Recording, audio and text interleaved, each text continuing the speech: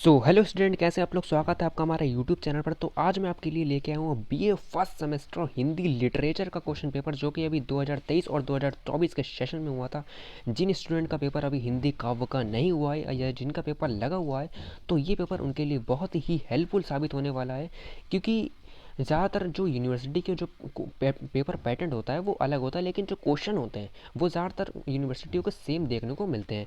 तो आप वीडियो में बने रहिएगा, ताकि आपको क्वेश्चन का पता लग जाए कि किस प्रकार और किस टॉपिक से ज़्यादा क्वेश्चन आ रहे हैं।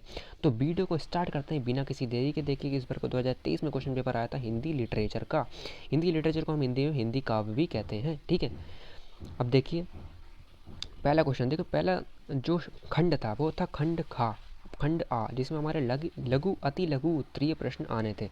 देखिए लघु अति लघु उत्तरीय प्रश्न में हमारा पहला पूछा गया था कि सूर्य के भाषाधिकार शीर्षक पर एक निबंध लिखिए। सेकंड हमारा पूछा गया था रामचंद्रिका का महाकाव्यत्व की दृष्टि से आकलन करते हुए उनकी विशेषताओं पर प्रकाश डालिए।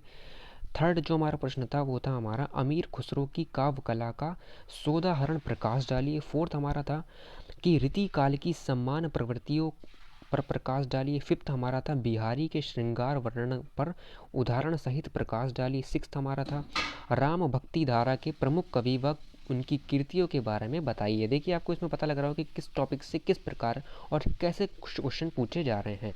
देखिए सेवेंथ क्वेश्चन हमारा पूछ रहे थे कि केशव दास को कठिन काव्य का प्रेत क्यों कहा जाता है।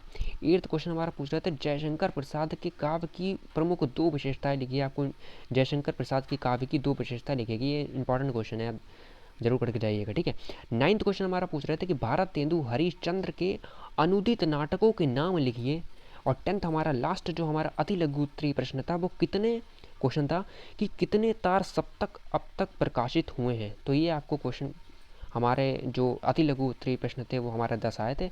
अब आता है हमारा, इसके बाद था हमारा खंड खा।